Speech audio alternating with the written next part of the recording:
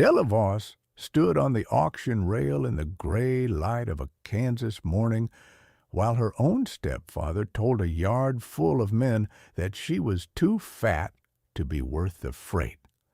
Her worth that day would be measured not by the 80 pounds the men kept saying she carried over a decent woman, but by what she could grow out of dead ground when every full-figured field hand and grain merchant in the county had already bet she would starve before the first frost.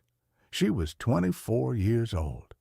She wore a faded blue work dress that her mother had let out twice and taken in once, and her hair was pinned in a flour-dusted bun under a bonnet that had gone soft at the brim.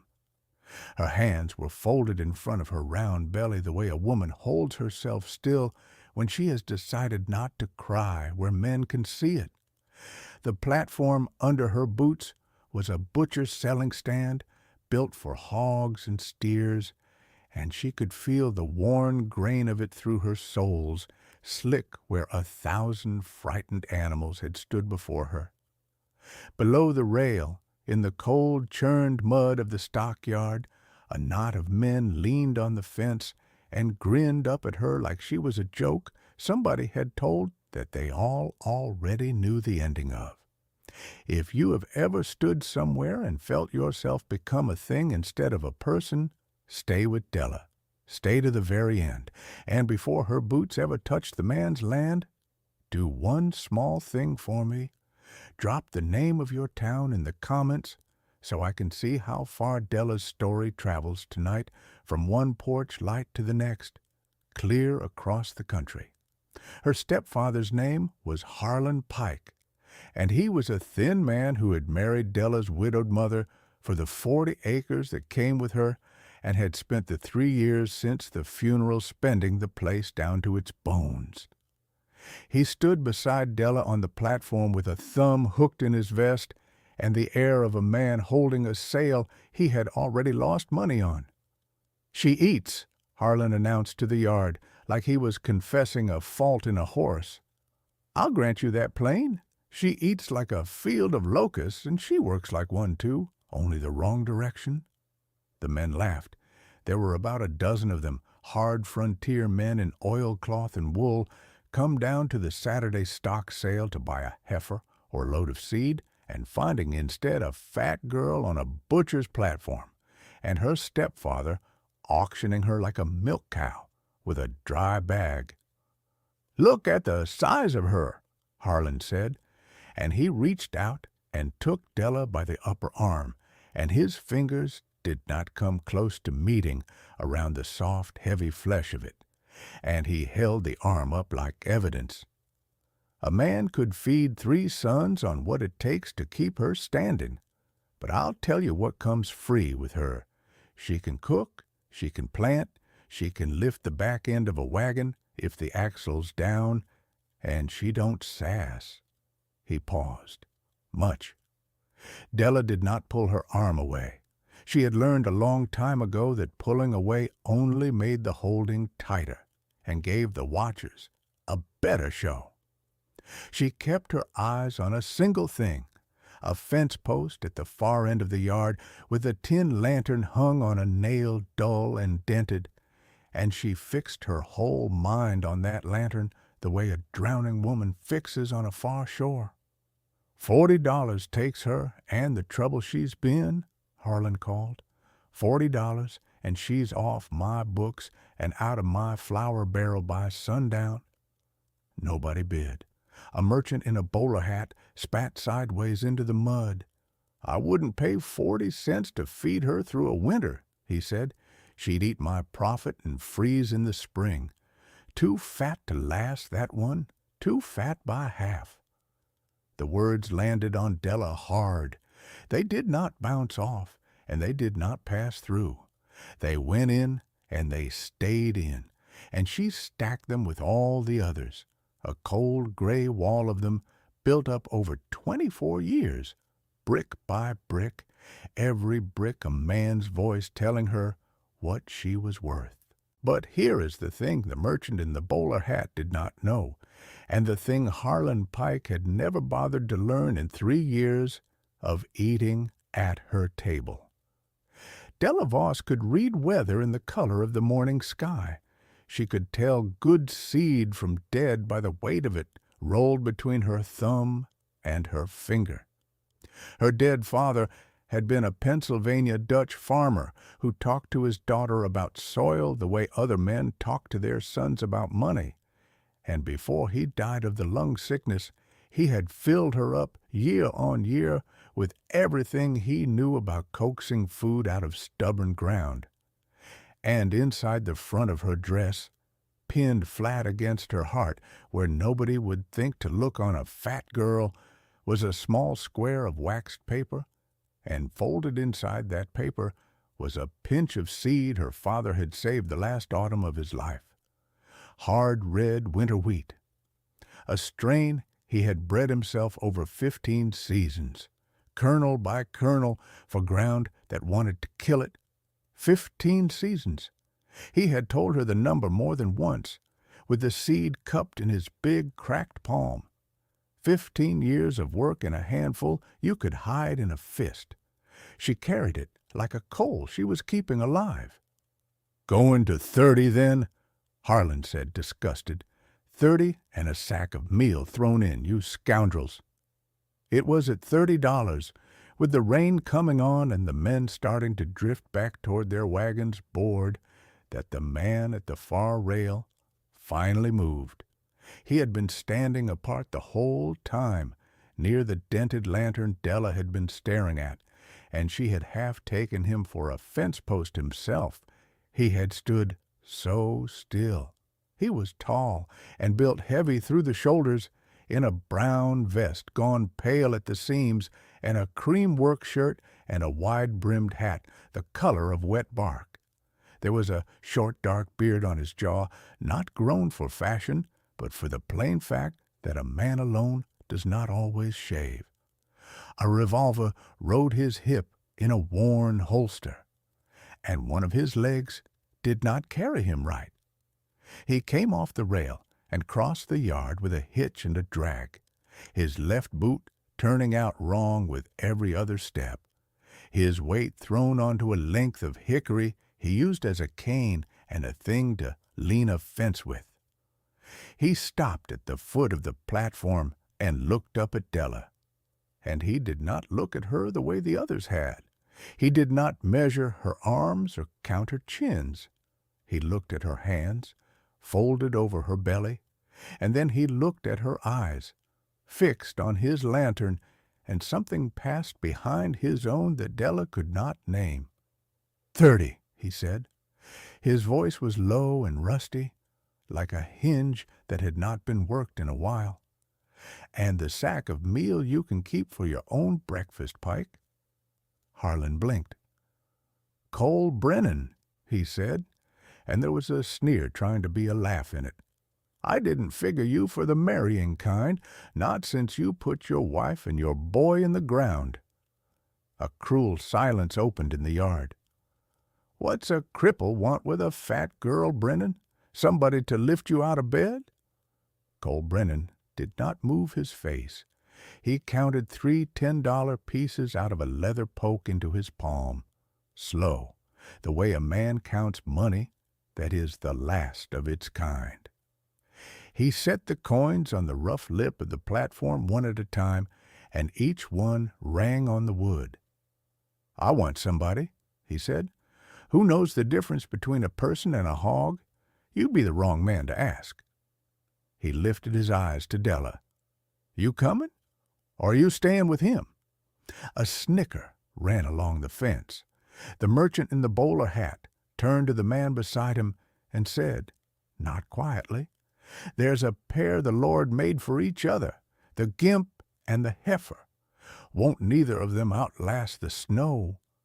And the man beside him laughed, and the laugh spread down the rail the way a grass fire spreads, one dry thing catching the next. Cole Brennan did not look at them. He stood at the foot of the platform with his hand held out, palm up, waiting, And there was something in the steadiness of that held-out hand, in the plain refusal of it to drop or to shake, that did more to quiet the yard than any words could have. A held-out hand from a man who has counted out the last of his money is not a small thing, and some part of even those laughing men knew it. "Step down, Della Voss," he said again, gentler the second time. "The wagon's the gray one by the water trough. There's a board for a seat and a blanket if the wind comes up. It's 8 miles, and they're long ones, so we'd best start." Harlan Pike scooped his 3 $10 pieces off the platform lip and shoved them in his vest before the man could think better of it. "She's got a hard head and a soft middle, and she don't know when to keep her mouth shut," he said, washing his hands of her out loud. "But she'll work, I'll give her that. Mind she don't eat you out of house and home, Brennan." He looked at Della then, for the first time all morning, really looked at her, and whatever might have been in a better man's face at selling his dead wife's daughter off a hog stand, there was none of it in Harlan Pike's. There was only relief. "Go on, girl," he said. "You're his trouble now." And Della Voss picked up the small carpet bag at her feet that held everything she owned in the world. A second dress, her mother's wooden spoon worn smooth and thin on one side from 40 years of stirring, a tin of buttons, and a daguerreotype of a big, gentle Pennsylvania Dutch man in a Sunday collar who had once told her she was the finest crop he ever raised. And she stepped down off the platform toward the crippled man who had spent his last $30 to stop a yard full of men from laughing. She put her hand in his when she reached the bottom step. It was the first time she had touched him, and his hand was hard as harness leather and warm, and it closed around hers careful, his thumb pressing lightly over her knuckles, bracing her the way you'd brace good china you were afraid to drop, and he steadied her down the last drop off the platform as though she weighed nothing at all, as though she were not the thing a whole yard of men had just spent an hour pricing by the pound. "Thank you," Della said. It came out low. She had not planned to say it. "Don't," Cole said. "Don't thank me yet. You haven't seen the place."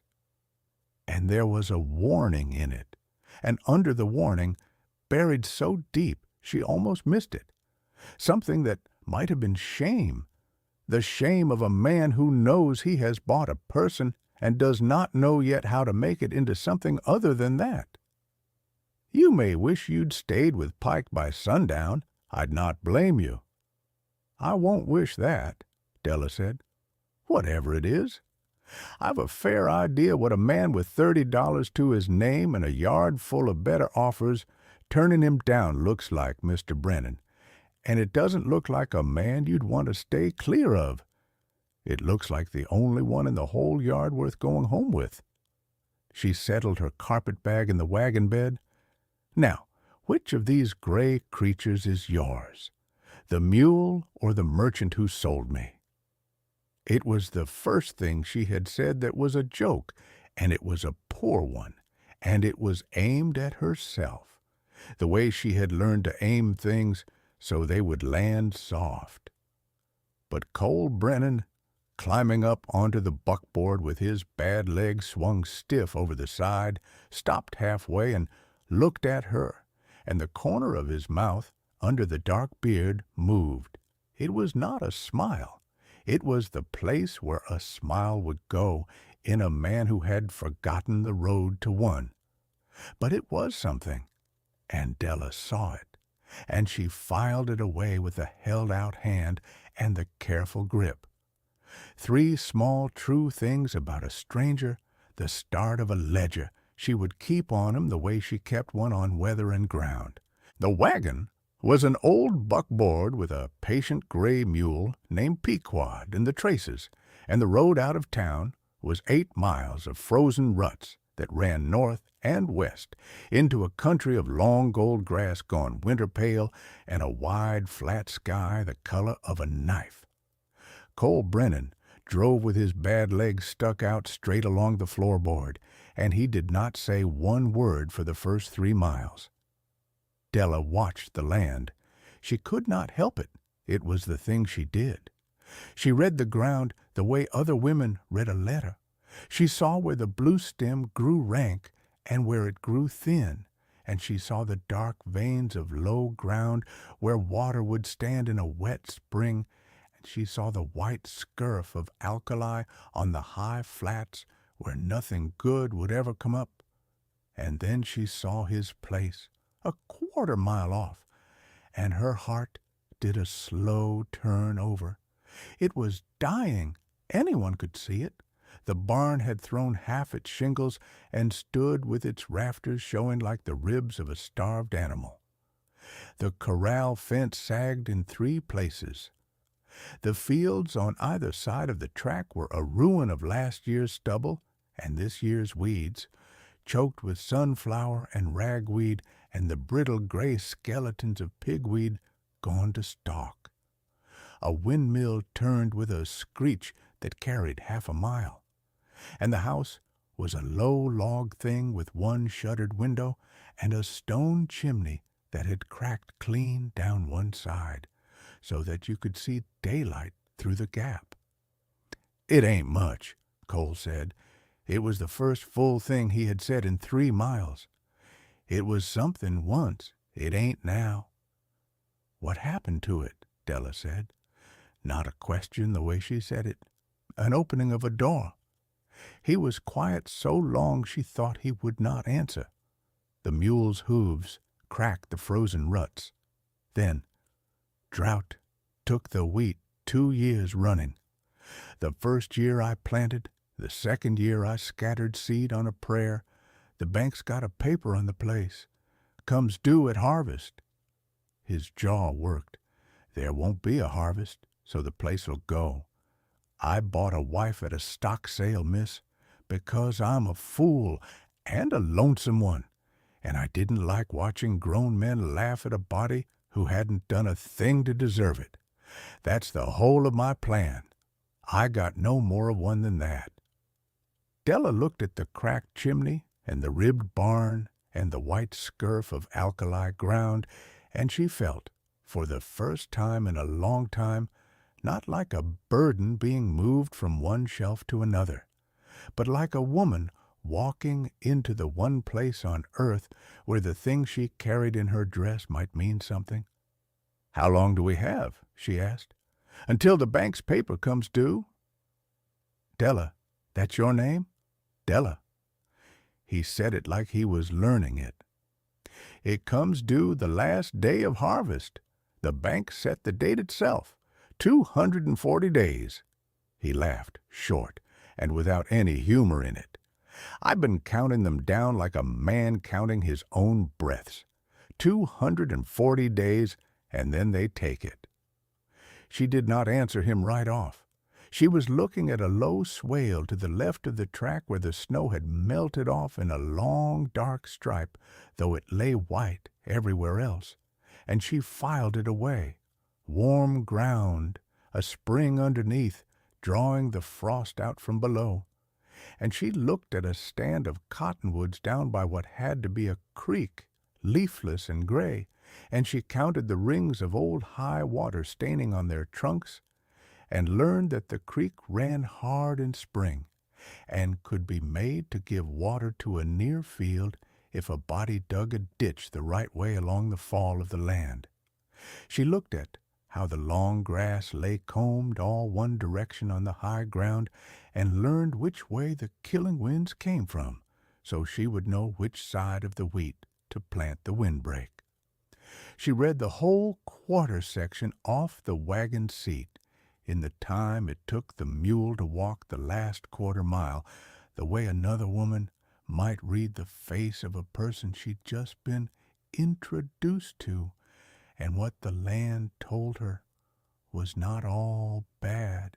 The barn was dying, and the house was cracked, and the fields were a ruin, but the bones of the place were good. There was warm ground, and there was water, and there was deep, sweet soil where nobody had thought to look.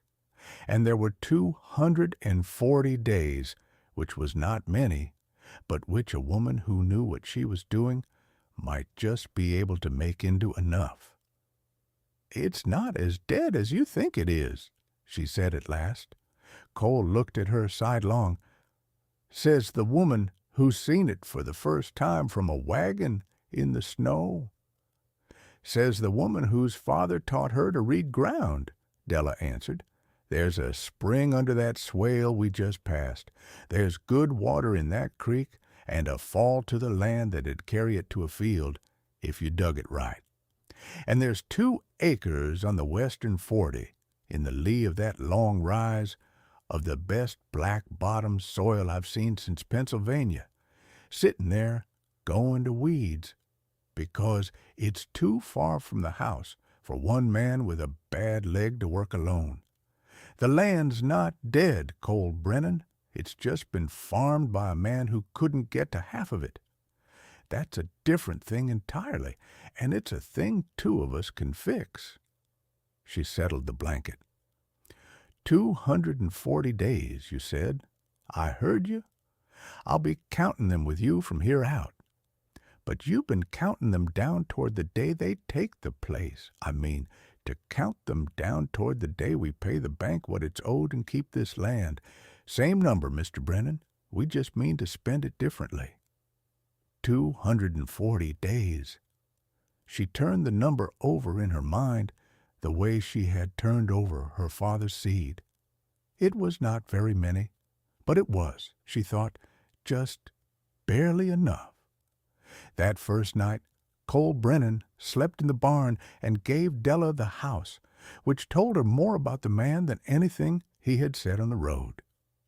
She lay awake on a corn-shuck mattress in a cold room and listened to the windmills screech and the wind come down off the high plains and find every crack in the chinking, and she did not sleep much, but it was not fear that kept her awake. It was the land. She had walked it before dark, the whole quarter section, while Cole watched from the porch leaning on his hickory, too proud to ask what she was looking for and too curious to go inside. She had crouched in the dead fields and crumbled the soil between her fingers and smelled it, and even once touched the tip of her tongue to it, and Cole had made a sound on the porch that might have been a laugh. She had found the low, dark ground where water would stand. She had found the high, scalded flats to leave alone. And she had found, in the lee of a long, low rise on the western 40, a stretch of ground the color of old coffee, deep and crumbling and sweet, that had never been broken because it sat too far from the house for a one-legged man to work alone. That was where her father's wheat would go. In the morning she was up before the light, and she had the cracked stove drawing, and she had found the flour barrel near empty, and the meal sack worse, and she had made a thin pan of biscuits and a gravy out of the last of a slab of fatback and a spoon of the flour. And when Cole Brennan came in from the barn dragging his leg and stamping the cold off his good boot, he stopped in the door and stared at the table like he had walked into the wrong house. "I didn't ask you to cook," he said. "You didn't ask me not to," Della said, and she set the pan down between them. He ate 4 biscuits and a second helping of the gravy, and he did not say a word the whole time, but when he was done he sat back and looked at the empty pan, and then he looked at her, and something in his hard-weathered face came a little loose. "My wife used to make biscuits," he said. "Mary. She and the boy both went with the fever, the same winter, 8 days apart." He said it flat, the way a man says a thing he has worn smooth from carrying it. "I haven't sat at a table that smelled like that in 2 years. Della did not say she was sorry. She had been told she was sorry too many times by people who weren't. And she knew it for the cheap coin it was. Instead, she'd said, "Then sit there. There's another pan coming." And she turned back to the stove, and behind her she heard the crippled man let out a long breath, not a sigh of inconvenience, but the breath of a man who has been holding something for 2 years and has just, for one morning, set it down. That second pan she made him, she set down with a small jar she had found pushed to the back of the dusty shelf above the stove, a jar of wild plum preserves gone dark, and a little sugar at the top. 2 years old if it was a day. Colt looked at the jar and went still. "Mary put those up," he said. "The fall before, I couldn't—" He stopped. "I couldn't touch them. Couldn't move them either. They've sat there 2 years, and I've let the dust collect on them and walked past them every morning." Della picked the jar up and turned it to the light, and the preserves caught the lamp glow deep red, the color of the plums that must have hung on a tree somebody had planted and tended and waited on. "Then we'll leave them sit," she said quietly, and she set the jar back exactly where she'd found it, and she made him a different sweet instead, a thin drizzle of sorghum on the warm biscuit, and she never touched the dead woman's preserves again. Cole Brennan watched her do it, watched her put the jar back square in its dust ring, and reach past it without resentment for the cheaper sweet, and she saw in his face that he had been braced somewhere down deep for a bought wife to come in and sweep the dead one out of the house in a week, and that she had just, with one jar of plum preserves, told him she had no such plan. In the days that followed, Della learned the house and the place with her hands and her 2 open eyes. She learned that the well rope was frayed near through and spliced it before it could drop the bucket. She learned that the dead wife's loom stood in the corner under a sheet and that Cole could not look at it, and she left it sheeted. She learned where the wind came in worst and stuffed the chinking with rag and grass.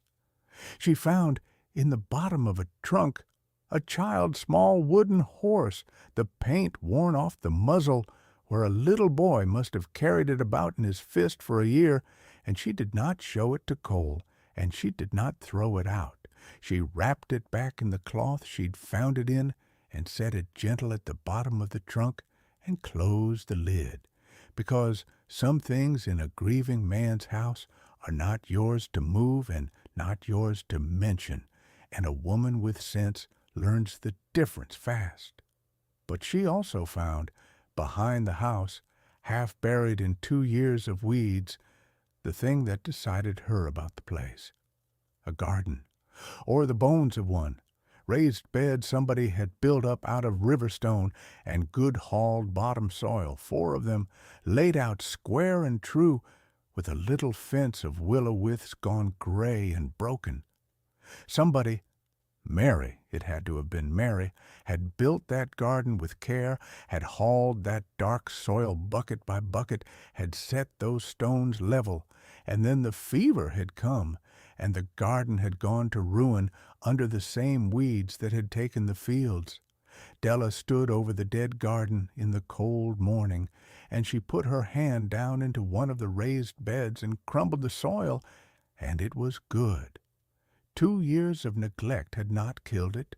Weeds had grown rank in it, and weeds only grow rank where the ground is sweet.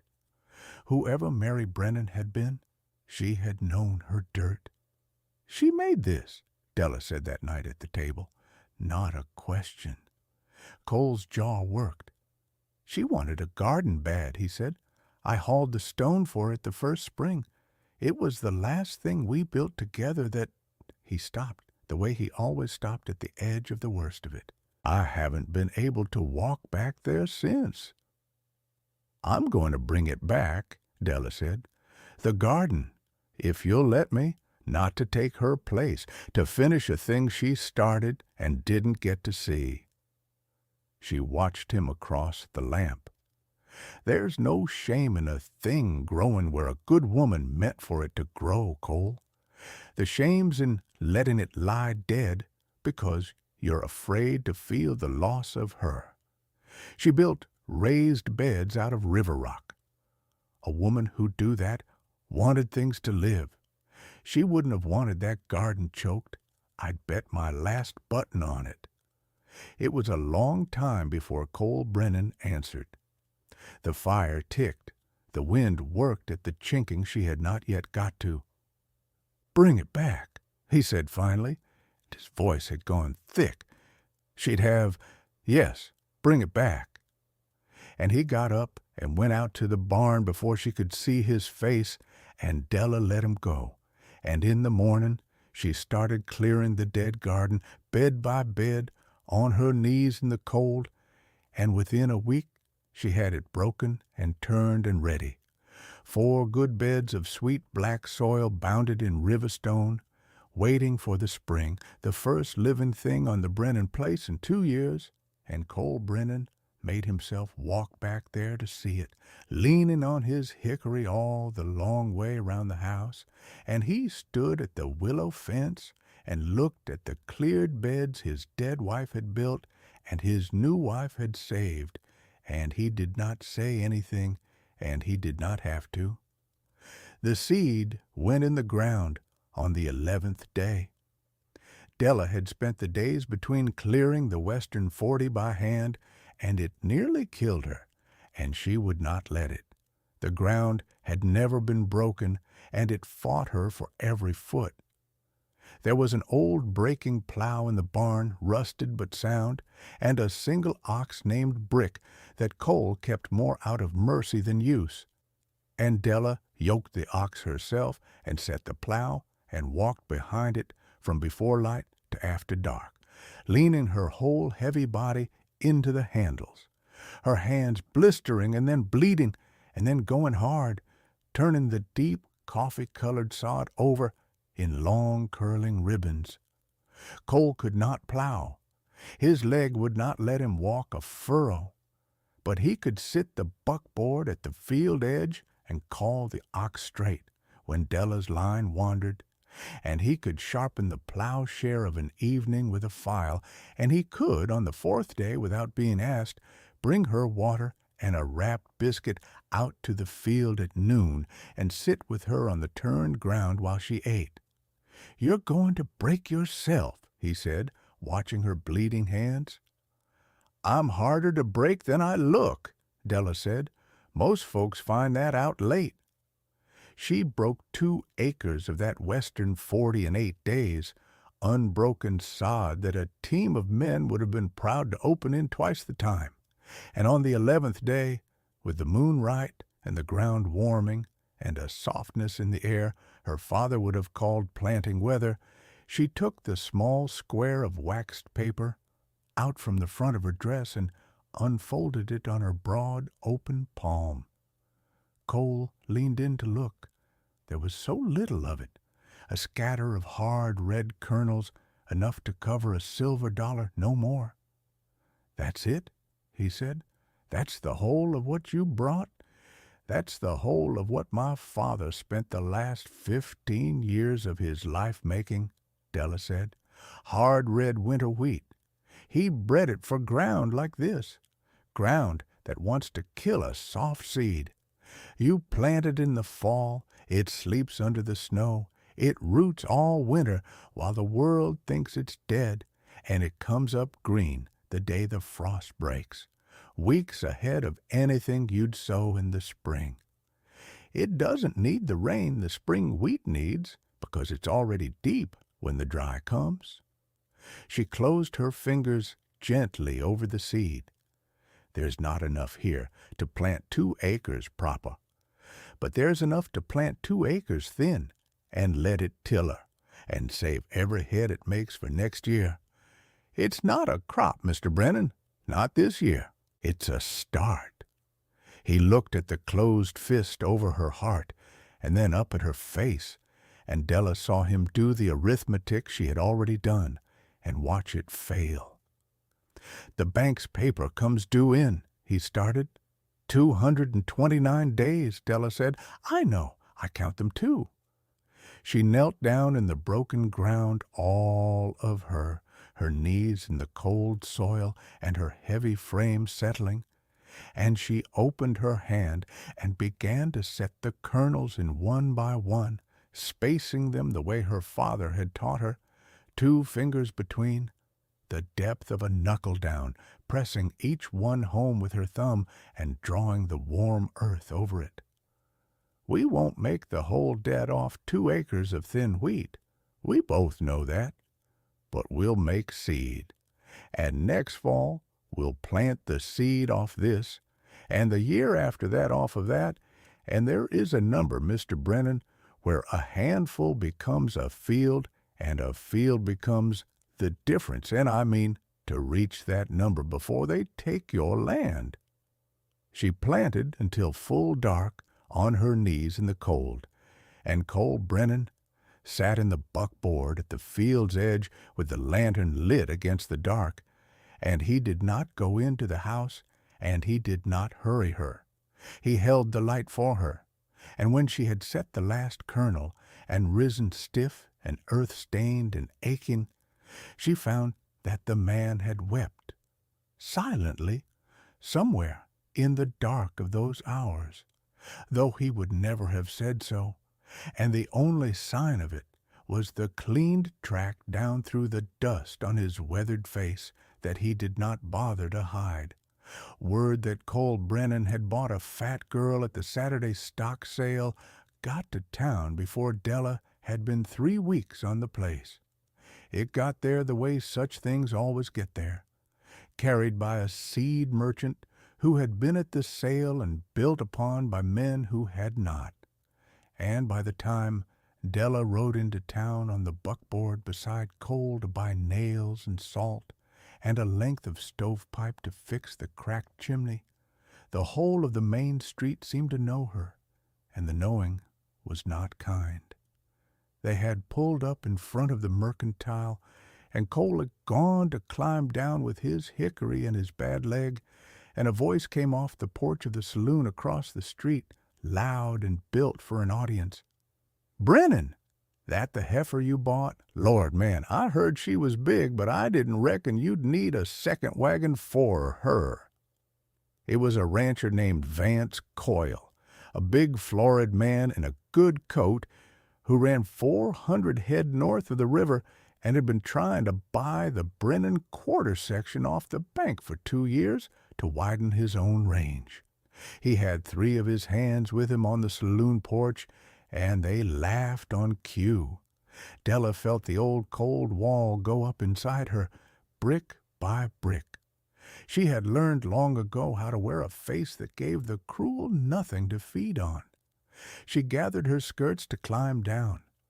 But Cole Brennan stopped, one hand on the wagon, and he turned and looked across the street at Vance Coyle, and his rusty voice carried clear and flat in the cold air. "Her name's Della Voss Coyle," he said. "She's broke 2 acres of virgin sod by hand in 8 days, while you sat your saddle and watched your hands do your living for you. There's not a man on your place could keep her pace, and you know it.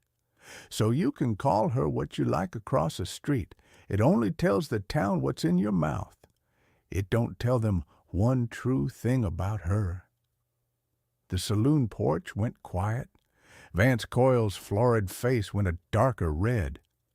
"Big talk," Coyle said, "from a man whose place'll be mine come harvest." "We'll see whose it is come harvest," Cole said, and he handed Della down off the wagon, his hand under her elbow steady as a post, in front of the whole street. It was the first time in 24 years that a man had stood in the open and said her name like it was a name worth saying, and not a thing to be sold or laughed at.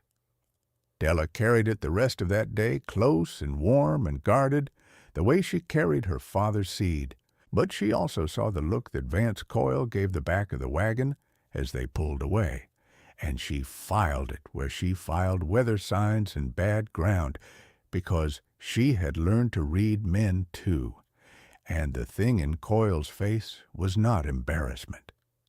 It was a decision being made.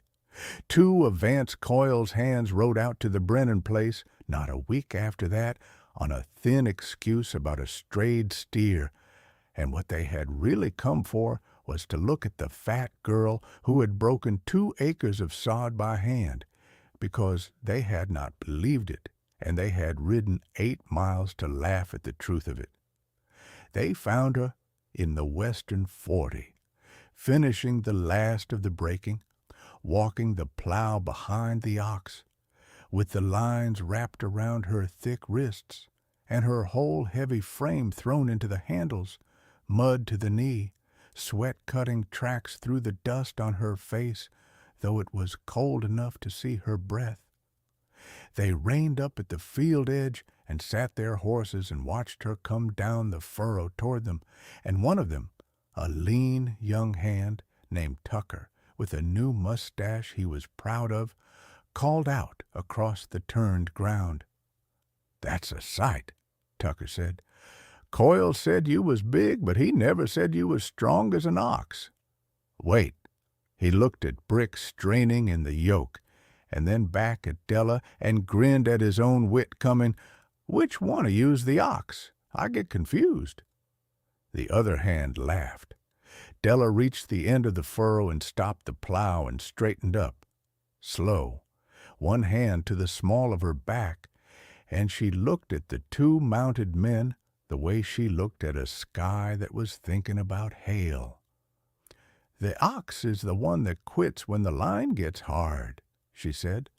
"So I expect that'd be the 2 of you. You've a strayed steer, your boss says? There's no steer of yours on this place. There's no steer of yours anywhere your boss didn't put it to give you a reason to come gawk. You've gawked.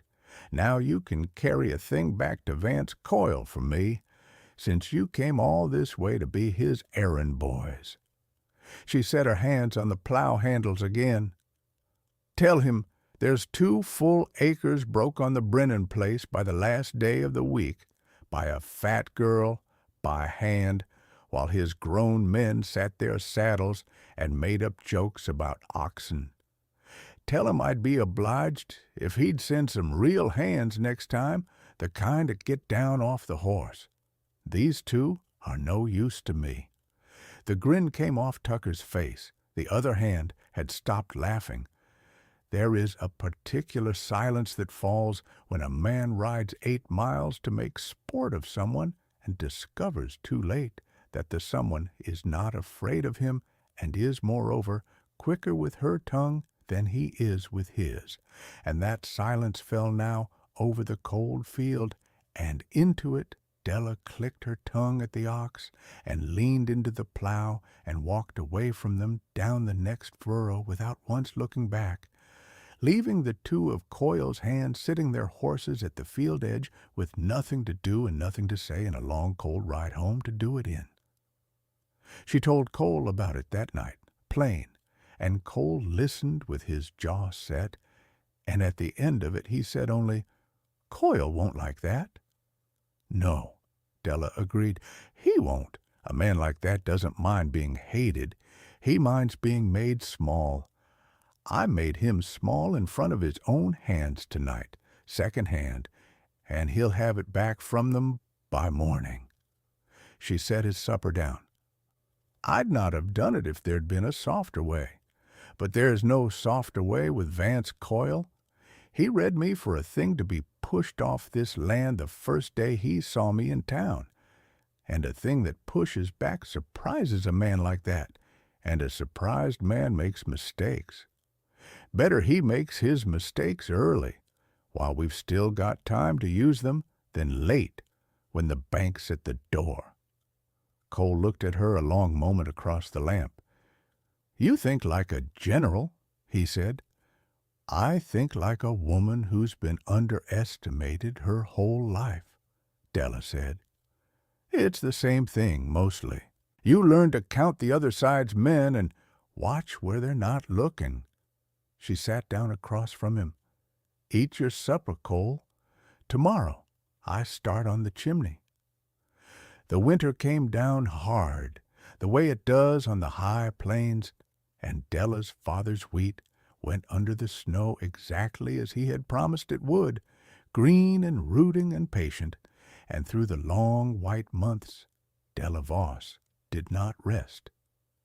She mended the cracked chimney first, climbing the low roof herself with the stovepipe and a bucket of mud mortar she had mixed with chopped grass for binding, and when she had finished, the house held its heat for the first time in 2 years, and Cole could let the fire down at night and still wake warm. She mended the corral fence next, splicing the sagging rails and setting the rotted posts in new holes she dug through the frost. And the day she finished it, she stood back and looked at the straight, strong line of it and felt a pride that no man had ever once let her feel. She doctored the gray mule's cracked hoof with a poultice of pine tar and tallow. She salted down the half a beef Cole butchered at the cold of the year, so it would carry them through to spring without spoiling, working the salt into the meat with her bare hands until they ached. She found a clutch of laying hens half wild in the barn that Cole had given up on feeding, and she gentled them and got them roosting and got eggs out of them by Christmas. And on Christmas itself she did a thing that undid the last of the hard knot in the crippled man's chest. She had found, going through the kitchen things, a recipe card in a woman's careful hand, splattered and soft with use, Mary's hand it had to be, for a dried apple cake, the kind a frontier woman makes for a feast day out of what the cellar still holds in deep winter, and Della had not made it. She had thought about it and decided against it, leaving it sheeted, the same way she'd left the plum preserves. A dead woman's feast day cake was a tender thing to walk into. But on Christmas morning, Cole came in from the barn and found the card propped on the windowsill and the cake nowhere, and he understood, and he stood a while with the card in his hand. "Make it," he said. "Della, I want you to make it, not to bring her back, because she'd have wanted somebody in this house to eat well on Christmas, and there hasn't been a Christmas in this house in 2 years, and there's one now because of you." He set the card down by the stove. "She was a good woman. You'd have liked her, I think. She'd have liked you. She had no patience at all for folks who weighed a person by the wrong things." He almost smiled. "Make the cake. Let this house smell like Christmas. It's been too long." So Della made Mary Brennan's dried apple cake from the splattered card, and the little log house filled up with the smell of apples and cinnamon and sorghum, and Cole sat at the table with the lamp lit early and watched the steam come off the cooling cake on the windowsill and said nothing, and she put a slice in front of him and sat down across from him, and neither of them spoke for a while, and the silence was warm and full, and neither one of them wanted to be anywhere else on earth. When Della laid the worn recipe card carefully back in its place among the kitchen things, she laid it where she could reach it, because it belonged to the house now, and the house was alive again, and the dead woman's good recipes were going to get used, and her good garden was going to grow. And every single day through all of it, she walked out to the western 40 in the snow and stood at the edge of the buried field and counted under her breath the days she had left. 190, 170. The number falling, always falling, the bank's paper coming on like winter itself. And slowly, across that long white winter, the crippled man and the woman he had bought to spare her a yard of laughing men grew, without either of them announcing it, into something that surprised them both. It came in small things. It came in the way Cole learned to have the lantern lit and warm when Della came in stiff from the cold fields, so the room was bright the moment she opened the door. It came in the way Della learned the shape of his bad days, when the leg ached down to the bone with the change of weather, and learned to wrap a hot stone in flannel and set it against his hip without being asked, and to say nothing about it, because she knew he could not abide being pitied. It came in the long evenings by the one good lamp, Cole working leather or whittling a new tooth for the hay rake, Della letting out the seams of her one good dress or mending his shirts, the two of them not talking, and the not talking grown easy and warm as a banked fire. There was a Sunday in January that tested it. Cole drove Della into the church meeting in town because she had asked to go, and he had not been to a service since he buried his family, but he hitched the mule and took her anyway, because she had asked, and because he was beginning to find that there was very little Della Voss asked for that he was willing to refuse her. The meeting was in the schoolhouse, the only building in town big enough, and the whole country was packed into it against the cold. And when Cole Brennan came limping in on his hickory with the fat girl he'd bought on his arm, a ripple went through the benches, and Della felt every eye in the room land on her and weigh her and find her wanting, the way every room of strangers had done her whole life.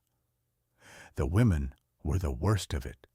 The men had laughed at the auction openly, and a laugh you can stand against.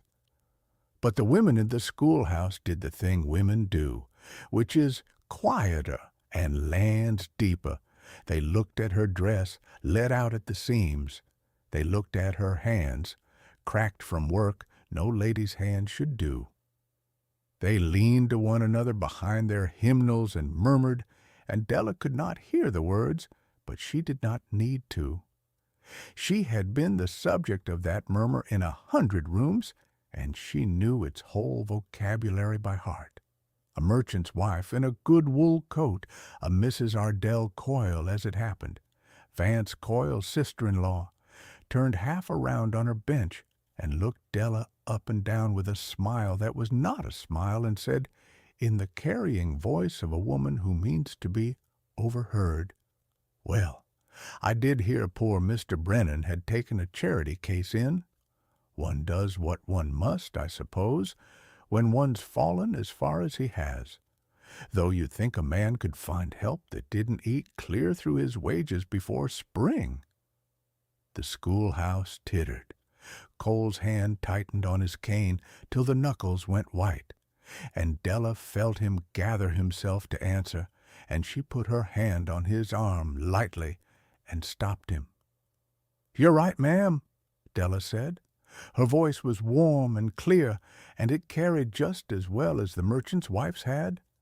"I do eat.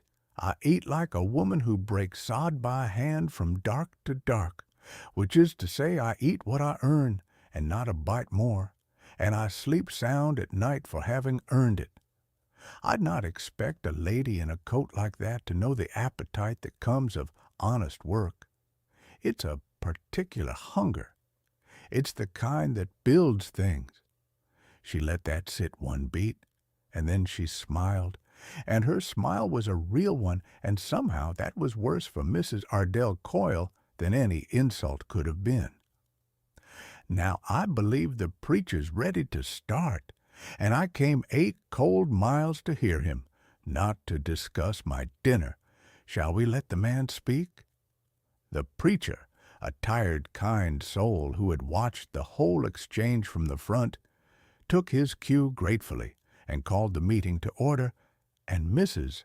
Ardell Coyle turned back around in her seat with 2 red spots high on her cheeks, and she did not look at Della Voss again. And Cole Brennan sitting beside his bought wife on the hard schoolhouse bench, looked straight ahead at the preacher and did not say a word, but under the bench, where no one could see, he found Della's hand with his and held it hard all through the service, and Della held his back, and the two of them sat there in the warm, crowded room full of people who had come to look down on them, and they were, for the length of a hymn and a sermon, entirely unbothered by all of it, because they had each found in the other the one thing that makes the murmur of a whole room go quiet, which is somebody who holds your hand in public to prove your worth. "You didn't need me to fight that for you," Cole said on the cold ride home, and there was wonder in it. "No," Della said, "but I needed you not to let go of my hand, and you didn't." She pulled the blanket higher against the wind. "That's the difference between you and every other man I've known, Cole Brennan. They wanted me to need defending so they could feel big doing it. You just held on and let me fight my own. You've no idea how rare that is. I didn't know it was a thing a man could do until you did it." It came, one February night, in a story. The wind was screaming off the plains, and the snow was driving sideways against the one-shuttered window, and Cole had been quiet a long while, and then out of the quiet he said, "Mary always wanted me to dance with her at the harvest dances in town. I never would. Felt a fool, big as I am, clumsy on my feet even before the leg." He turned the whittling knife over in his hands. "Then the fever came, and she was gone, and I'd have given the whole of this place to dance once with her and not care who laughed. A man learns the cost of his pride too late, mostly." He looked up at Della across the lamplight.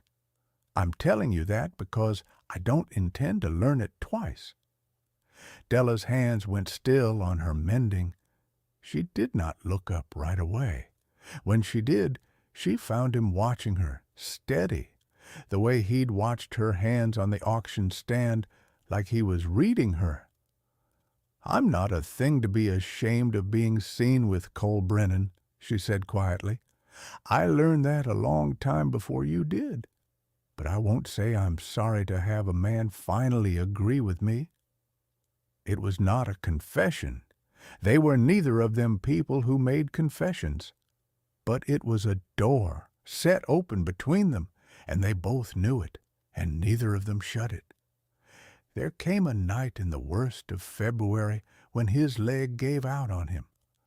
A storm had come down off the plains, the kind that drops the glass and packs the snow into the door cracks, and the change in the weather went into the old break in Cole's leg the way it always did, only worse this time, so that by full dark he could not put any weight on it at all.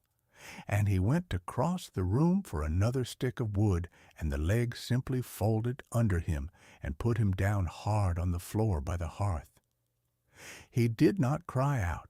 He made no sound at all except the dull thud of a big man going down and a sharp hiss of breath through his teeth, and then he lay there in the firelight, the proudest man Della had ever known, flat on the floor of his own house and unable to rise, and Della saw on his face the thing he feared most in all the world, which was not the bank and was not the drought and was not death. It was being a useless, broken thing somebody had to lift. She did not rush to him. She had learned that much about him. She set down her mending, calm, and she came over and knelt down on the floor beside him in the firelight, all of her settling heavy, and she did not say a single word about the fall. She picked up the stick of wood he'd dropped and set it on the fire herself. Then she said, easy as anything, "Put your arm over my shoulders.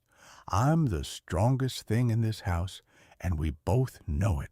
Lean on me the way you'd lean on a fence post, and don't you dare be gentle about it. I broke 2 acres of sod, Cole. You'll not hurt me." And the crippled man looked up at the fat girl kneeling beside him, and something in him that had been clenched tight for 2 years against the day he'd be helpless came, in the firelight, finally undone, because here was the one person who had walked into his ruined life, and she was not looking at him with pity, and she was not looking at him with disgust. She was looking at him the way you look at a thing that is worth the trouble of lifting. He put his heavy arm over her broad, strong shoulders, and Delavos set her feet and rose, taking the whole of his weight up off the floor as though he were a sack of seed. And she got him to his chair by the fire and eased him down into it. And then she fetched the flannel-wrapped hot stone and set it against his hip without a word, and knelt and worked the knotted muscle of the bad leg with her 2 strong hands until the worst of it let go. "Mary couldn't lift me," Cole said low to the fire while she worked. "The one time I went down before, she tried, and she couldn't, and I lay there till I could drag myself up, and we neither of us ever spoke of it, and I hated—" He stopped. "I hated being a thing she couldn't manage. I made up my mind I'd die before I'd be that again for anyone." "You're not a thing to be managed," Della said, working his leg. "You're a man who got hurt.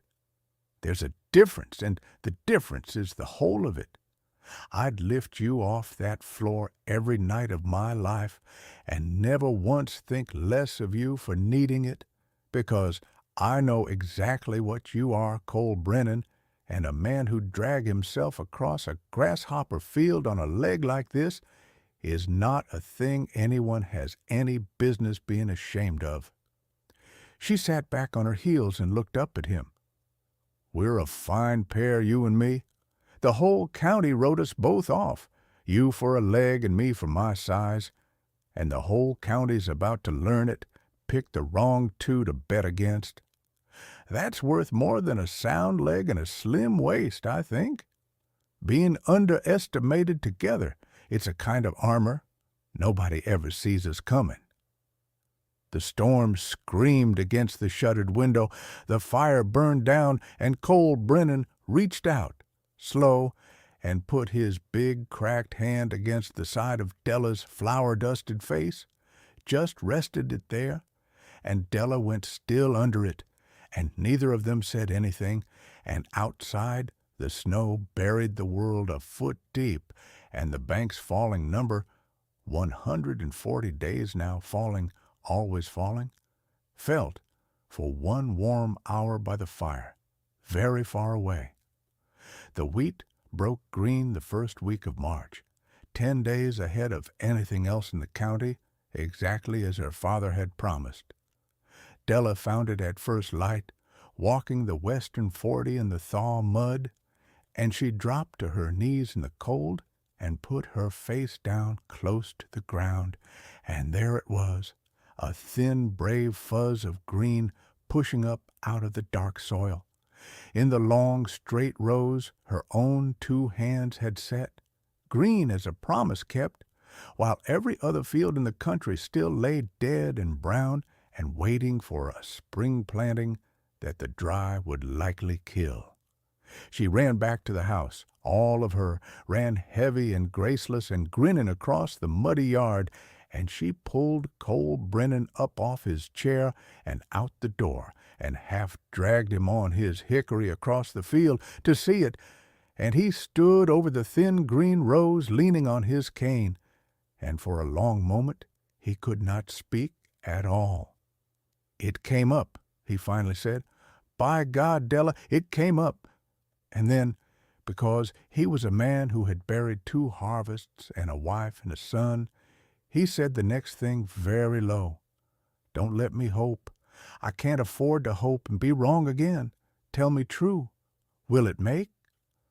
Della looked at the green and at the sky and at the deep, dark ground, holding the moisture from the snowmelt the way her father's wheat was bred to do. "It'll make," she said, If the hail holds off and the grasshoppers don't come and the bank gives us to the last day they promised, it won't make the whole debt. I told you that, and it's still true. But it'll make seed, and it'll make enough flour to keep this house through next winter, and it'll make a thing the whole county said was impossible, which is a green field on Brennan ground in a drought year. And folks will see it, Cole. Folks driving the North Road will see green where there's been nothing but brown for 2 years, and they will want to know how. She took his free hand in both of hers, her broad, strong, earth-stained hands around his. And when they ask how, you're going to tell them the truth. You're going to tell them a fat girl you bought off a selling stand for $30 did it with 15 years of her father's work and her own 2 hands. Cole Brennan looked at the green field, and then he looked at the woman holding his hand, and he laughed, a real laugh. The first one Della had heard out of him, big and rusty and disbelieving and glad. "No," he said, "I'm going to tell them my wife did it." And he watched the word land on her wife, the word he had never used out loud, and he watched her face change, and he did not look away from it. If she'll have a crippled fool with a mortgaged place and not much else, I waited my whole life to want to ask a thing like that and not be afraid of the answer. Della Voss, who had been auctioned off a hog stand at $30 with a sack of meal thrown in, stood in a green wheat field she had raised from the dead and could not for a moment say a single word. "Ask me at harvest," she said at last, and her voice was not steady, and she did not care. "Ask me the day we hand the bank its money, and not one day before. I want you to ask me free and clear, Cole, on land that's yours, not land you're about to lose. I want you to ask me as a man who chose me, not a man drowning who grabbed the nearest thing." She pressed his hand hard. "And then I'll say yes so loud the whole county will hear it." The grasshoppers came in June, and they nearly ended everything. It was the worst of the 4 trials her father had named, worse than hail, worse than drought, worse than the bank, because there was no reading it in the morning sky and no outworking it with 2 strong hands. They came out of the south on a hot, dry wind, a low brown cloud at first that Della took for weather, and then the light went strange and copper, and the sound came ahead of them, a dry, hissing roar like a grass fire. And then they were on the place, millions of them, a living hail that stripped the cottonwoods by the creek bare in an hour and ate the wash off the line and settled on the green wheat field in a crawling brown carpet that bent every stalk under its weight. Della was in the field before the cloud had finished landing. She had read about them in her father's almanac and heard the old men talk. And she knew the one thing that might save a field, and she knew it was nearly hopeless. And she did it anyway because the only other thing to do was stand and watch her father's whole life's work and 200 days of her own get eaten down to stubble. Smoke. Hoppers would lift off a smoking field. Something in them would not abide the smoke. So Della Voss ran the edges of her 2 green acres, dragging wet burlap and green brush and damp manure into smudge piles. And she lit them, every 20 feet around the whole field, on her knees, in the crawling insects with them in her hair and down her collar and crushing under her hands. And she ran from pile to pile, through the copper light, feeding the smudges green and wet, so they smoked thick and low and rolled the smoke across the wheat on the hot south wind. "Della!" Cole was at the field edge, off the wagon, down on the ground himself, dragging his bad leg through the dirt, hauling brush to the piles, the 2 of them black with smoke and grasshoppers, working a line a mile long between 2 people, one of whom could not walk. "Della, it's no use. Look at it. There's too many." "It's not no use until it's over," she shouted back at him through the roar. "Keep the south line smoking. The wind's our friend. It carries the smoke right across. Don't you quit on me, Cole Brennan. I have planted a dead field and broke virgin sod and mended your chimney, and I am not going to stand here and watch a bunch of bugs eat my father out of the ground. Drag that brush." And he dragged it on his ruined leg. In the crawling brown, he dragged brush to the smudge piles for 6 hours, while his wife, for that is what she was, whatever the law and the parson had not yet said, ran the smoking line, and the thick green smoke rolled low across the 2 acres on the hot south wind, and the grasshoppers, finding the air gone foul, lifted in their millions and moved on north and east to the unsmoked fields of better men, to Vance Coyle's range, where they settled and ate, while the green wheat on the worst quarter section in the county stood bent and chewed at the edges, but rooted and alive in the middle of a smoking ring. 2 desperate people had drawn around it with their own bleeding hands.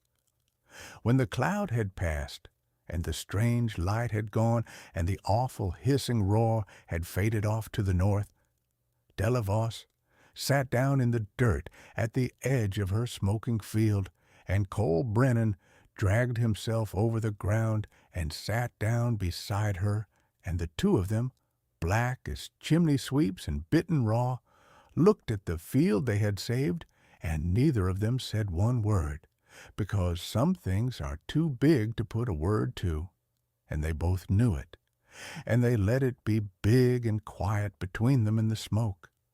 When at last they could speak, it was Cole who spoke first, and what he said was a thing Della carried the rest of her days.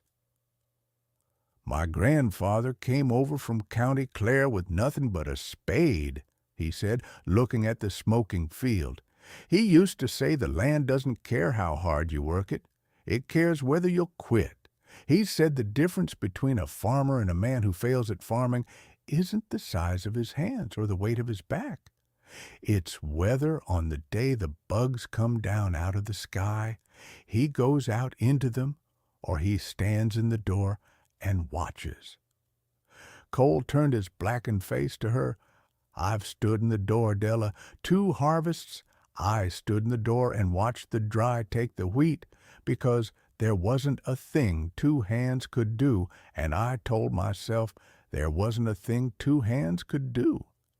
And then a fat girl I bought for $30 runs out into a cloud of grasshoppers a mile deep and lights 40 fires and saves a field with smoke. And I learn at 40 years old that there is always a thing 2 hands can do, and the only question was whether I'd quit before I found it." Della looked at the man sitting in the dirt beside her, the proud, hard, lonesome man who had just dragged brush on a ruined leg for 6 hours, and she reached over and took his blackened hand in her blackened hand. "You didn't stand in the door today," she said. "You crawled out into it on a leg that won't carry you, and you dragged brush till your hands bled. Whatever your grandfather said a farmer was, Cole, you were it today. Don't you dare carry those other 2 harvests any more. You set them down. You hear me? You earn the right to set them down." And Cole Brennan, who had buried a wife and a son and 2 harvests and a whole man he used to be, sat in the dirt at the edge of a smoking field and wept openly for the first time since the funerals, the great racking silent sobs of a man finally setting a thing down, and Della Vos held his hand and led him, and did not tell him to stop, and did not name it, and the green smoke rolled low across the saved field on the dying south wind, and somewhere off to the north the grasshoppers were eating Vance Coyle's better acres down to the dirt. But Vance Coyle's range had not been so lucky, and a proud man who has watched two struggling people save a field his own fat acres could not is a dangerous thing, and the bank's paper still hung over the harvest's last reckoning like a blade, and the falling number went on falling, 110 days, 90, 80. The green field thickened and headed out, and turned from green to gold under the high summer sun, and Della watched it close and patient, and she watched the north road too, because she had not forgotten the decision she had read on Vance Coyle's red face outside the mercantile, and she did not think a man like that had given it up. He came on a Sunday in August, when he knew Cole had driven the buckboard to town for the milling of the first cut, and Della was alone on the place. She heard the horses first, 4 of them, coming hard up the track, and she came out onto the porch, wiping flour from her hands, and there was Vance Coyle, and 3 of his hands, and they did not get down, and they did not tie the horses, and that told her everything before a word was said. "Mrs. Brennan," Coyle said, and he made the name an insult. "Or whatever you are to him, I'll come to it plain. There's a fire risk in this dry country worse than any I've seen. A field that gold, a wind that hot, all it'd take is one careless spark off a passing wagon, and there'd be nothing left of your harvest but ash, and Brennan a default to the bank by month's end, and I'd buy this quarter section like I always meant to." He leaned on his saddle horn. "I'm a Christian man. I'd hate to see that happen. So I've come to offer you and your cripple a kindness. $40 to walk off this place tonight before that spark finds your field. $40. Same as Pike asked for you, ain't it? Seems a fair price for the lot." The 3 hands grinned. One of them had a tin of Lucifer matches, and he turned it over in his fingers where Della could see it. Idle, like a man who has all the time in the world. Della Voss looked at the man on the horse, and at the matches, and at her gold field rippling in the hot wind behind them, 80 days of her life and 15 of her father's, and the old familiar wall went up inside her, brick by brick. And then it did something it had never done in 24 years. It came down, all of it, every brick every man had ever laid on her, all the years of being a thing on a shelf, the whole cold weight of it came down at once. And what stood up behind it in the hot August light on the porch of a dying ranch she had brought back from the dead with her own 2 hands was a woman entirely without fear. "Mr. Coyle," she said, and her voice was very calm, and it carried. "You're going to turn those horses around, and you're going to ride off this land, and you're going to do it now." Coyle laughed. "And why's that, Mrs. Brennan?" "3 reasons," Della said. She came down off the porch toward them, all of her unhurried, until she stood at Coyle's stirrup and looked up into his red face with her boots planted in the dirt of her own yard.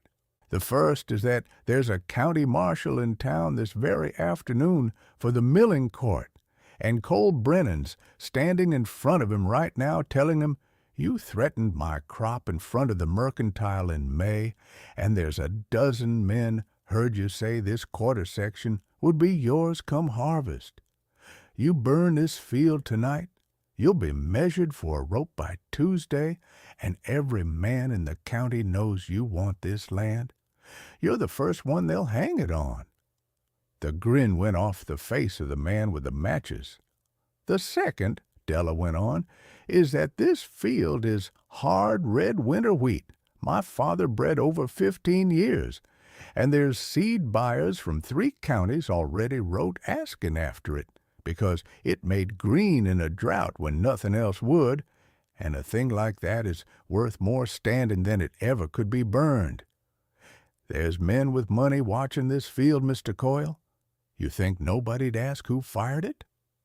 Coyle's horse shifted, He had not expected her to talk back, let alone to talk like this, like a woman counting cards she had been dealt and finding she held them all. "And the third reason?" Della said, and now she put one broad, strong hand flat on the neck of Coil's horse, gentle, and the animal quieted under it the way every animal on that place had learned to quiet under her hands. "Is that I have broken virgin sod by hand, and raised a dead field, and turned back a grasshopper cloud with my own 2 arms. And you are a man who pays other men to do his living for him, and if it comes to it, Vance Coil, on this patch of ground, between you and me, I do not think you have the first idea what you're dealing with. Now ride off. You've embarrassed yourself enough for one Sunday." For a long moment, nobody moved. The hot wind moved the gold wheat. And then Vance Coil, who had 400 head and a good coat and 3 men at his back, found that he could not hold the eye of a fat girl standing alone in a farmyard with her hand on his horse's neck, and he yanked the animal around and rode off the place at a hard trot, and his 3 hands rode after him, and the one with the matches did not look back. Della Voss watched them out of sight down the north road, and then she sat down on her own porch step, and her legs were shaking, and she let them shake, and she laughed alone in the August sun until the tears came. Cole had not, in fact, been in front of any marshal. There was no milling court. Della had read the man and bet the bluff on what she'd read, and won the whole pot on a pair of nerve and a true thing about the seed. And when Cole came home that evening and she told him, the color went out of his face and then came back hot. "He could have hurt you," Cole said. "Della, I'd have been a widower twice over, and it'd have been my doing for leaving you alone." "He didn't hurt me," Della said. "Cripples and fat girls have one thing in common, Cole Brennan. The whole world spends so long underestimating us that by the time they figure out their mistake, it's generally too late for them and just in time for us." She set his supper in front of him. "Eat. We cut the rest of the field tomorrow. 40 days to the bank, and a wheat crop to bring in. And I'd like to see Vance Coil's face when the wagons of buyers start up that road." The harvest itself came in the first week of September, and Della had been awake before light every one of the days leading to it, watching the heads turn from gold to deeper gold, rolling a kernel between her thumb and finger and biting it to feel it go from milk to dough to the hard, glassy snap that means a wheat is ready and will wait no longer. "Tomorrow," she told Cole the evening it came ready, and there was a tremble in her voice she did not try to hide. "It's ready tomorrow. 22 days to the bank, and the crop comes in tomorrow, and we'll know." They started at first light. Della took up the cradle scythe, a long curved blade with a rack of wooden fingers above it to lay the cut stalks in a neat windrow. And she set herself at the edge of the gold and began to swing the long, even strokes her father had taught her at 12 years old, hips and shoulders, and the whole weight of her behind each one. And the gold wheat fell before the blade in a hissing sweep and lay in clean windrows behind her, and she walked the field swinging hour on hour, her broad back bending and rising, her hand steady on the snath, a big, strong woman doing a big, strong thing under the high September sun. The neighbor's boy, a freckled lad of 14 named Pip, who had been hired for 2 bits a day, followed behind, gathering the windrows into bundles, and Cole sat the wagon at the headland and bound the bundles into sheaves with twists of straw, his bad legs stuck out straight, his big hands flying at the one task it could do, and the 3 of them brought that field down stalk by stalk through the long gold day. By noon, Pip had stopped saying anything at all. He had simply begun to stare at the size of the heads. Fat, heavy heads of grain near as long as his hand, packed tight with hard red kernels, dozens of them to the square foot where a poor field made a handful. He carried an armful to Cole and held it up and said, in the cracking voice of a boy who has seen something he'll tell for the rest of his life, "Mr. Brennan, this ain't a drought crop. This is the best wheat I ever seen come off any field, wet year or dry. My pa won't believe it. My pa straight out won't believe it."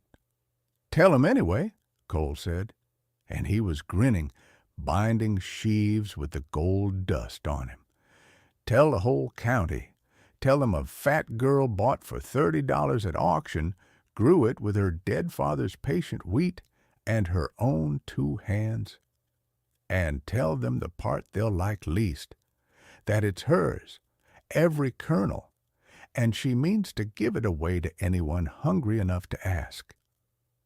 He looked down the field at his wife swinging the scythe through the last of the gold, unstoppable, magnificent, and his voice went quiet. "Tell them that part especially, son. I want them all to know exactly who saved this country and exactly what she is." They finished at dusk. Della cut the last stand of wheat as the sun went down red across the plains, and she stood it a moment, breathing hard, the scythe in her 2 hands, and the whole shorn gold field stretching out behind her under sheaves like an army of small gold men, and the yield off those bent and grasshopper-chewed 2 acres, off ground everyone had sworn would never make, was so far past anything anyone had reckoned that the hired boy went home and told it as a tale his own mother did not believe. 40 bushels an acre, 80 bushels of hard red winter wheat off 2 acres of the worst quarter section in the county, in the 3rd year of a killing drought, when the spring wheat on good ground all around had made 12. And it was not the flour that saved them. It was the seed. The word had run ahead of the harvest, the way the cruel word had once run ahead of Della. Only now it was a different word entirely. A green field in a drought year, a strain that came up when nothing else would. By the time the wheat was threshed and sacked, there were wagons on the north road, the way Della had promised there would be, but they were not Vance Coyle's wagons. They were farmers, dozens of them, whole families on the seats, men who had watched their own fields die 3 years running and had heard there was a woman out at the old Brennan place who had a seed bred for ground that wanted to kill it. They came with their hats in their hands. They came to a fat girl somebody had bought for $30 at a stockyard auction, and they asked her, humble, if there was any seed to spare, and what she would take for it, because a man with no crop next spring was a man whose family would not eat. The first to come was a homesteader named Aldous Renner, a tall, stooped man with frost in his beard, though it was September, and he had his wife on the wagon seat and 4 children in the bed behind, all of them thin in the way that tells its own story. And he stood in the Brennan yard and turned his hat in his hands and could hardly get the words out. "Ma'am," Renner said, "I've no business asking. I heard, the whole county heard. There's a wheat out here come up green in the dry. I lost my whole crop 3rd year running. I've got 40 cents and 4 children and no seed for spring. And his voice broke on it, a grown man in front of his children, "I don't know how I'm to feed them through to a harvest I can't plant. I came to ask if there's any to spare. I can't pay what it's worth. I'll be honest with you. I can't pay the half of it." Della looked at the thin children in the wagon bed and she looked at the proud, broken man turning his hat, and she thought of that stockyard platform and the long wall of men's words and a yard of strangers who had priced her by the pound. And she knew exactly what it was to stand in front of strangers and be at their mercy. "Mr. Renner," she said, "how many acres can you put in?" "20, if I had seed." "Then you'll have seed for 20, Della said, "and you'll pay me nothing this year. You'll pay me back 1.5 bushels for every bushel I give you out of your first good harvest 2 years on, when your children are fed and your feet are under you. That's the whole price. A handshake on it here, now, and the seed's yours. And you'll drive home tonight with your spring planting in the wagon bed." She put out her broad, strong hand. "And, Mr. Renner, you'll keep back enough of that first harvest to plant your own seed every year after, so you never have to stand in another body's yard with your hat in your hands again. My father didn't breed this wheat to make me rich off your hunger. He bred it so families like yours could feed themselves. You're not asking me for charity. You're carrying out everything a good man spent the last 15 years of his life building toward. Now shake my hand and load your wagon. The light's going." Aldous Renner shook her hand, and then, to his own evident horror, the tall, stooped man put his face in his hands and wept in the Brennan yard, and his wife climbed down off the wagon seat and took Della's hands in both of hers and could not speak at all, and the 4 thin children watched their father weep and did not understand yet that they had just been saved, and Della Voss, who had been sold for $30, stood in her own yard and gave away a fortune in seed on a handshake, and felt richer doing it than any banknote had ever made her feel, and Aldous Renner was the first of 40. They came all that month, the broke and the hungry and the proud and desperate, and to everyone Della made the same fair bargain, seed now against 1.5 bushels later, a handshake where a handshake was all they had, enough to plant and enough to keep, and the word of it ran across the county faster than any cruel word ever had, that there was a woman out at the old Brennan place who would not let a family go hungry, who had taken a dead ranch and her dead father's seed and turned it into bread for the whole starving country, and who asked nothing for it but a fair return when you could bear it, and that you'd do the same some day for the next family standing where you'd stood. Della Voss could have named any price. The seed was worth its weight in coin, and every farmer at her gate knew it. She stood in the yard of the ranch she had raised from the dead, with her father's 15 years sacked in the barn behind her, and she made a decision that the men in town would talk about for a generation. She sold each family enough seed to plant at a fair price, and not a penny more, and to any family too broke to pay, she gave it on a handshake against next year's harvest, and to the seed buyers from the 3 counties who came with their fat wallets and their offers to buy the whole lot and corner it, she said no. To every one of them, no. The seed her father had spent his life on was not going to be cornered by rich men and sold dear back to starving ones. It was going to go into the ground of every family that needed it, across that whole hungry county, the way her father had always meant a good seed to go. One of the seed buyers did not take her no for an answer the first time. He was a big-bellied man from the railhead 3 counties east, in a checked suit and a watch chain, named Pruitt, and he came up the north road in a fine spring buggy, with a clerk beside him and a leather satchel of banknotes on his knee, and he had heard, he said, that there was a drought wheat to be had out at the Brennan place, and he meant to buy the whole of it, every sack, and he would pay top dollar, and he leaned back in his fine buggy in the Brennan yard like a man doing a poor woman a great favor. "Name your figure," Pruitt said. "I'll likely meet it. I've made the trip. I don't mean to make it twice. The whole crop, every sack of seed, today cash money.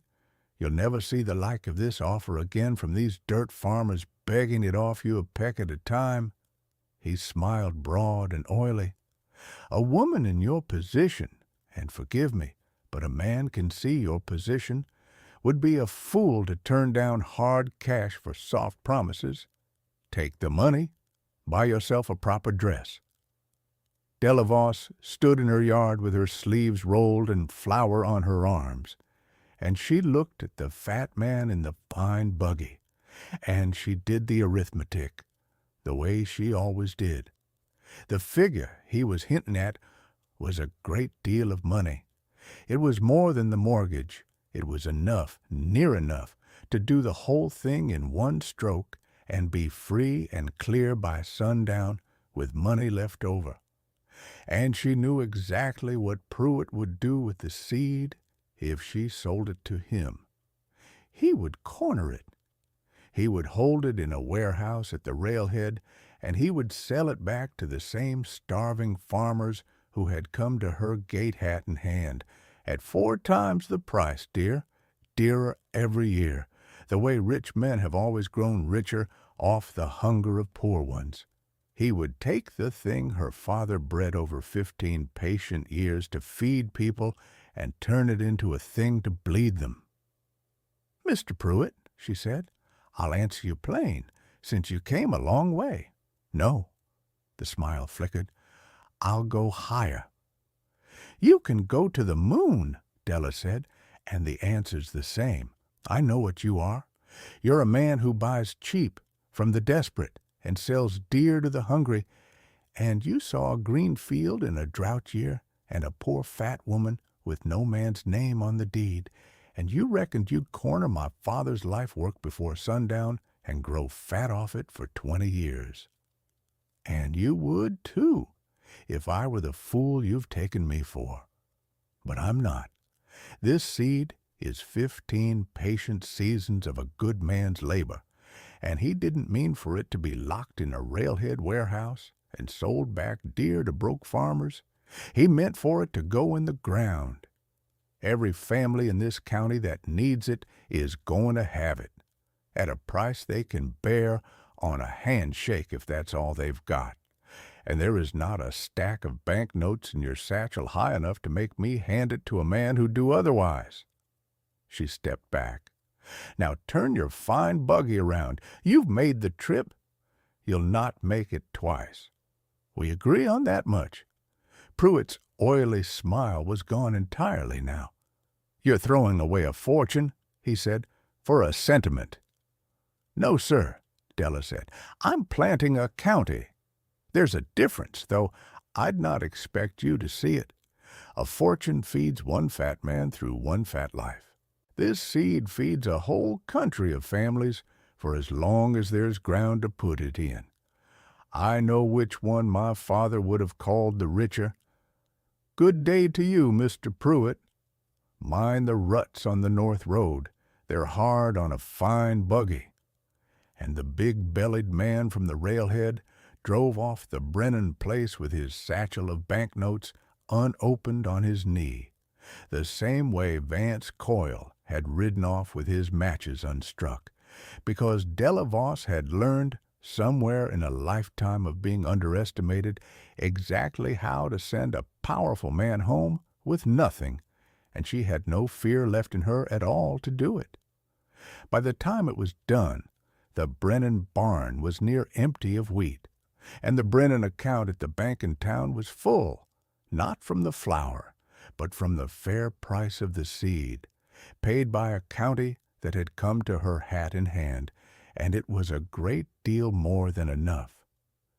The last day of harvest, the day the bank's paper came due, the day the falling number reached at last to 1, Cole Brennan drove the buckboard to town with Della on the seat beside him. The banker was a spare gray man named Holt, who wore his sleeves rolled even in autumn and kept his office swept clean of every paper except the one that was due. He was behind his desk when Cole and Della came in, and he looked up over his spectacles and then down at his ledger and then up again, and he did not say anything for a long moment. "Brennan," he said at last. "Holt," Cole said. "You're here early." Holt's pen hovered over the page. "Most of them come at closing. Gives me the afternoon to start the transfer paperwork." "Then today you've got the afternoon for something else," Cole said, and he set the coin and the folded bank drafts on the desk. The whole of the mortgage, principal and interest and the last red cent, laid out in 2 neat rows, while Holt sat back in his chair and stared at it. The banker counted it once. He counted it again. He put his pen down. "This is the full sum," Holt said. His voice had gone careful, the way a banker's voice goes when the arithmetic surprises him. "Principal and interest," Cole said. "To the day." Holt looked at Della, standing beside her husband in her good blue work dress, flour-dusted and square-shouldered, and entirely calm. He looked at her, held his pen, and set it down again. Then he reached for his stamp, and he pressed it to the note, and he turned it around on the desk so both of them could read the single word it left: paid. "I'd heard about the wheat," Holt said, as he wrote out the deed transfer. "The whole county's heard about the wheat." He glanced up. "And about the seed. What you did for the Renner family and the others." "My father's work," Della said. "I was only the one who carried it." Holt looked at her a moment longer. "Your father must have been a remarkable man," he said. "He was," Della said. "He told me once that a good seed doesn't ask the ground's permission, it just makes a place for itself." She took the stamped deed from Holt's hand, and she passed it to Cole, and Cole held it, and the feel of it, the dry paper and the clean ink and the weight of a clear deed to land that nobody could take, went through the man like a sound he had been waiting 2 years to hear. "He was right about that," Della said. "Turns out it's true about seeds and women both." Holt almost smiled. "I imagine it is," he said.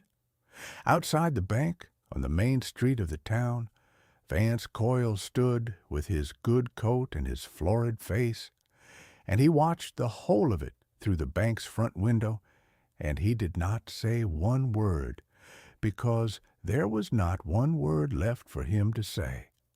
The whole street had heard how the seed had gone out across the county. The whole street had seen the wagons of grateful families on the North Road. There was not a man in that town who would stand with Vance Coyle against the woman who had fed them, and Coyle knew it, and he turned up his collar and walked away, and that was the last anyone saw of his interest in the Brennan quarter section. Cole and Della came out of the bank into the gold of an October afternoon, the clear deed in Cole's coat, and Cole Brennan stopped on the steps of the bank on the main street in front of the whole town, the same town that had laughed a man buying a fat girl off the stock stand not a year before. And he took both of Della Voss's broad, strong, earth-worn hands in his.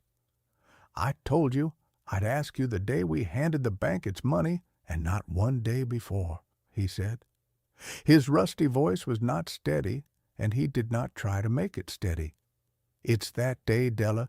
The land's mine free and clear, and it's only mine because of you, and I am asking you as a man who chose you, on land that's his, in front of every soul who once laughed. Marry me, not because I'm drowning and you're the nearest thing, because in all my life I have never once seen the like of you, and I don't mean to live the rest of it watching anyone else have the chance to. The street had gone quiet.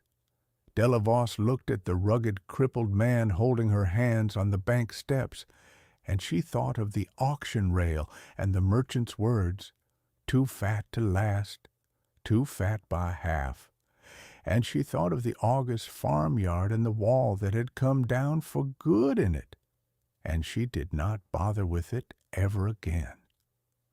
"You belong here," Cole said, very low, just for her.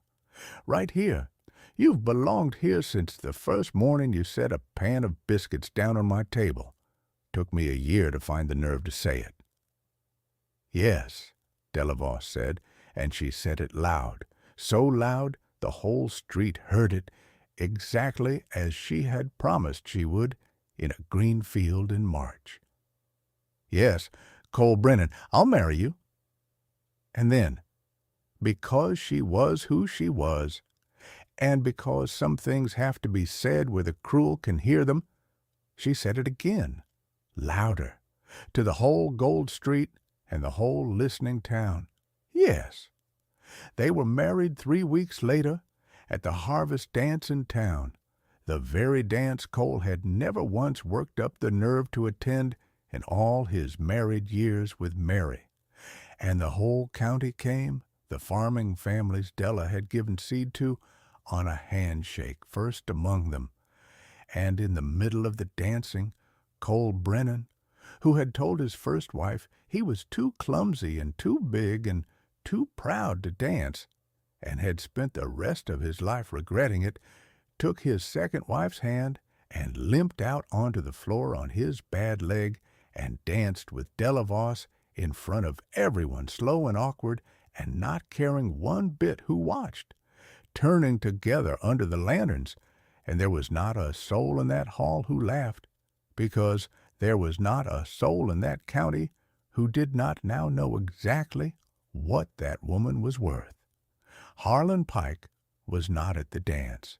He had heard, the way everyone had heard, that the burden he had sold for $30 and a sack of meal he ended up keeping had paid off a 480-acre ranch and fed a starving county off her father's seed, and there is no record of what Harlan Pike said when he heard it. But a man at the stock stand swore that Pike never auctioned anything off that platform again without somebody in the yard saying, "Lo, careful what you sell cheap, Harlan. Last time you near gave away the best wheat farmer in the state." And in the spring, on the green coming-up fields of the Brennan place, fields green now in every direction, broken and planted across 2 more quarters Cole bought outright with the seed money, Della Brennan walked the long straight rows with her husband beside her on his hickory cane, and she stopped the way her father used to stop, and she crumbled the dark soil between her fingers, and she smelled it, and she smiled. "He'd have liked this," she said. "My father. He used to say a good seed never asks the ground's permission. It just makes a place for itself, wherever it lands, no matter how hard the ground." Cole Brennan looked out over the green, and then he looked at the woman beside him, the woman the whole world had called too fat to last and too much trouble to keep, the woman who had landed on the hardest ground in the county and made a place for herself there that no man would ever take away. "No," he said, "it surely doesn't." And he put his arm around her broad, warm shoulders, and the two of them stood a while in the green wheat, in the morning sun, and they did not say anything more, because some things are too big and too good to put a word to, and they had learned, the both of them, to just let those things be. Now, I told you at the start to stay to the very end, and you did. And so here at the end is the one thing Della Voss would want you to carry home from her story, the thing her father bred into a pinch of hard red seed over 15 patient years. It is not an idea. It is a fact as plain as this. A fat girl the county priced at $30 paid off 480 acres of Kansas land, broke every field hand's record in the county, and fed 40 starving families on a handshake. She did it with 2 hands and a fistful of her dead father's wheat, and a crippled man who had the sense to hold her hand in public and let her fight her own. The world never got the number right on Della Voss, not once, from the first day to the last. And the harvest did not care what the world thought. The harvest told the truth. So drop the name of your town in the comments if you haven't yet, and tell me, has anyone ever sold you cheap and lived to learn the size of their mistake? I rid everyone, and I would be honored to know how far Della Voss has traveled tonight, from your porch to the next, clear across this big country, one good heart at a time.